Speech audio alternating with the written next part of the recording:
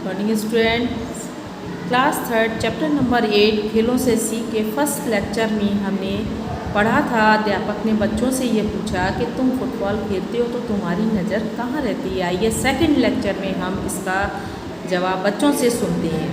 गोपाल जी गेंद पर, दूसरी टीम के खिलाड़ी पर और गोल पर। अध्यापक शाबाश, तो फुटबॉल खेलने में तुम यह सीखते हो कि हमें काम की सफलता पर नज़र रखनी चाहिए, साथ ही इसमें जो बाधाएं आती हैं, इसमें जो परेशानियां आती हैं, उन्हें दूर करना भी सीखते हो। गोपाल जी हाँ, हम मिलजुल कर बाधाओं को दूर करना सीखते हैं और अपने कप्तान की आज्ञा मानना भी सीखते हैं।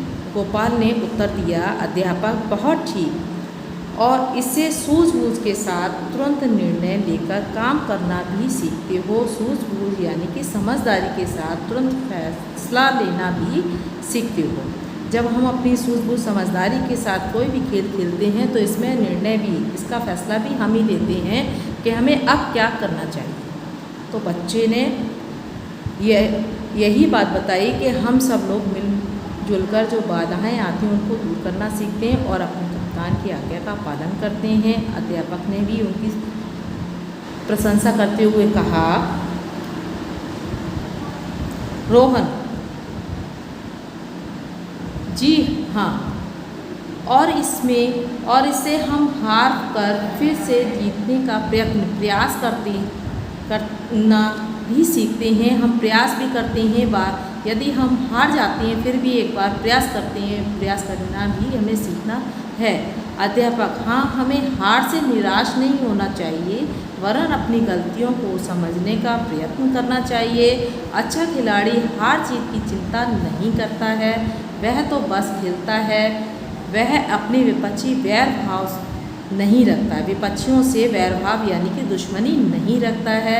वैर भाव रखे वह खिलाड़ी नहीं। हमें खेल जो है हमें धैर्य और सतर्क रहने की शिक्षा देते हैं। अध्यापक ने बच्चों को बताया कि जैसे हम खेल में हार जाते हैं, बेटा खेल में हार जीत तो होती ही है। यदि हम हार भी जाते हैं तो हमें निराश नहीं होना चाहिए और हमें दोबारा खेलना चाहिए और वैर भाव दुश्मनी नहीं करनी चाहिए। आपस में विपक्षी से वैर भाव नहीं रखना चाहिए। अपने धैर्य और सतर्क, धैर्य यानी धीरज और सावधानी के साथ खेलना चाहिए और इसी की शिक्षा हमें देते हैं। इमरान जी वह कैसे? इमरान ने पूछा। जी अध्यापक अरे भाई, मान लो गेंद तुम्हारे कब्जे में आ गई और तुमने हड़बड़ी में ठोकर किक मार दी। यह उचित नहीं होगा। जिस खिलाड़ी में धैर्य है और वह सतर्क भी है।